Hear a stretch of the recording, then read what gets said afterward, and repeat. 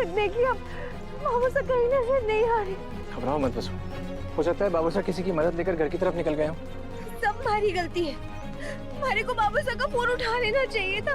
अगर मैंने फोन उठा लिया होता तो बाबू साहब मेरे साथ होते। हौसला रखो बसु, मैं हूं ना, मैं बाबू साहब को कुछ नहीं होने दूंगा।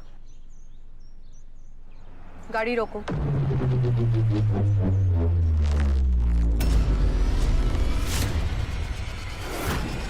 देव की गाड़ी के लोकेशन से हम यहाँ तक तो पहुँच गए, लेकिन समझ नहीं आ रहा है कि देव और वसुधा यहाँ क्या कर रहे हैं।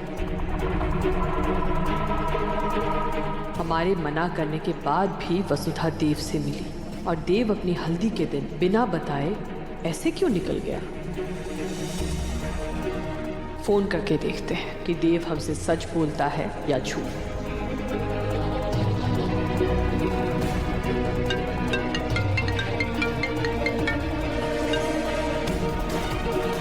जी मां साहब। आज तुम्हारी हल्दी है देव, और तुम घर पे नहीं हो। जल्दी से घर लौटो, नंदिनी तुम्हारा इंतजार कर रही है। जी मां साहब, मैं जल्दी घर पहुंच जाऊंगा। वैसे हो कहाँ तुम? मां साहब, मैं एक जरूरी काम से बाहर आया था।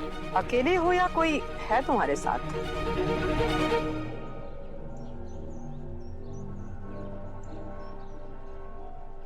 मैं वसु के साथ हूँ मां साहब।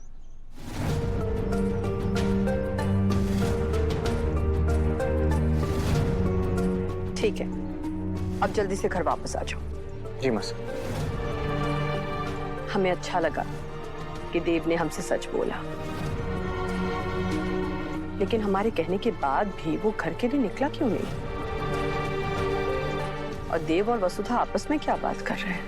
हमारे को सारिका मैडम से फोन छीनकर बाबू साहब का फोन उठा लेना चाहिए था। अगर मैं फोन उठा लेती ना तो बाबू साहब हमारे साथ होते। वसु, बाबू साहब हमारे साथ आ जाएंगे। अच्छा, तुमने एक बात नोटिस करी? तुम्हें लगता था कि बाबू साहब ने तुमसे सारे रिश्ते तोड़ दिए, लेकिन जैसे ही बाबू साहब उस करणवीर के चंगुल से निकले, उन्होंने सबसे पहले तुम्हें कॉल किया। वो अभी भी तुमसे उतना ही प्यार करते हैं।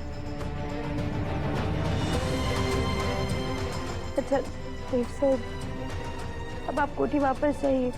आज आपकी और नंदिनी मैडम की हल्दी है।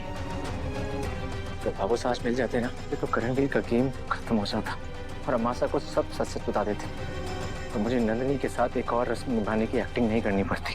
लेकिन ऐसा कुछ ना हो रहा है देव सर। सच कोठी में आपका इंतजार कर रहा है, और नंदिनी मैडम ही आपका सच है। अगर आज भी आप देर से पहुंचे तो देवी हुकुम ने बहुत बुरा लगेगा। फिर से सवाल जवाब होने लगेंगे। हाँ, जल्दी है और कल शादी।